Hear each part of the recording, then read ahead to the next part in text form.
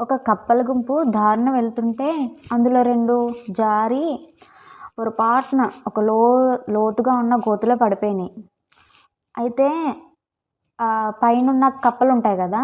అవేమో అవి అంటున్నాయన్నమాట ఇలాగ, "మీరింక పైకి రాలేరులే, అక్కడే చావండి. ఇంక చచ్చినా బ్రతికినా ఇంక అక్కడే మీరు పైకైతే రాలేరు" అని చెప్పి ఆ కప్పల్ని నిరాశ చెందించినాయంట.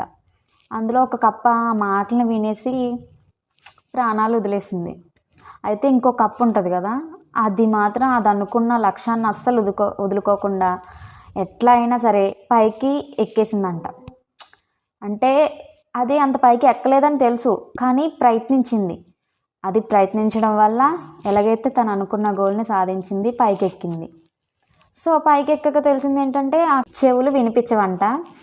ఆ చెవులు వినిపించకపోవడంతో అవి పైనుంచి ఆ కప్పలు అన్న మాటలని ఇది విజయం అంటే ఎంకరేజ్ చేస్తున్నారు నన్ను పైకి ఎక్కమని అని చెప్పేసి అనుకుని తన లక్ష్యాన్ని సాధించి పైకి ఎక్కేసింది. ఇట్లా పైకి ఎక్కడం వల్ల అది అనుకున్న లక్ష్యం అయితే చేరుకుంది కదా.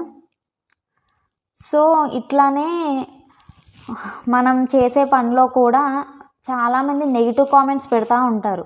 అంటే నెగిటివ్గా మాట్లాడతారు. ఏదైనా పని చేస్తున్నప్పుడు పాజిటివ్గా మాట్లాడడం పక్కన పెడితే ఎక్కువ మాటలు నెగిటివ్గానే ఉంటాయి.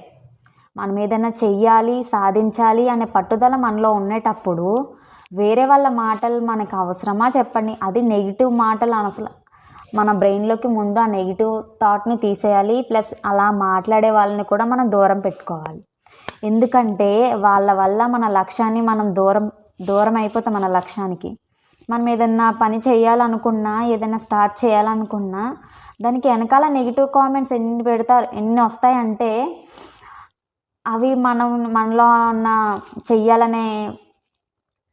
మనం ఇది చెయ్యాలి అనే దాన్ని నిరాశ చెందేలాగా అన్నమాట. సో ఇవన్నీ మనం పక్కన పెడితే మన గోల్ ఏంటి, మనం ఏదైనా చెయ్యాలి, దాన్ని సాధించాలి అనే దాని మీదనే మన మైండ్ అనేది ఉండాలి. అంతే. Thank you.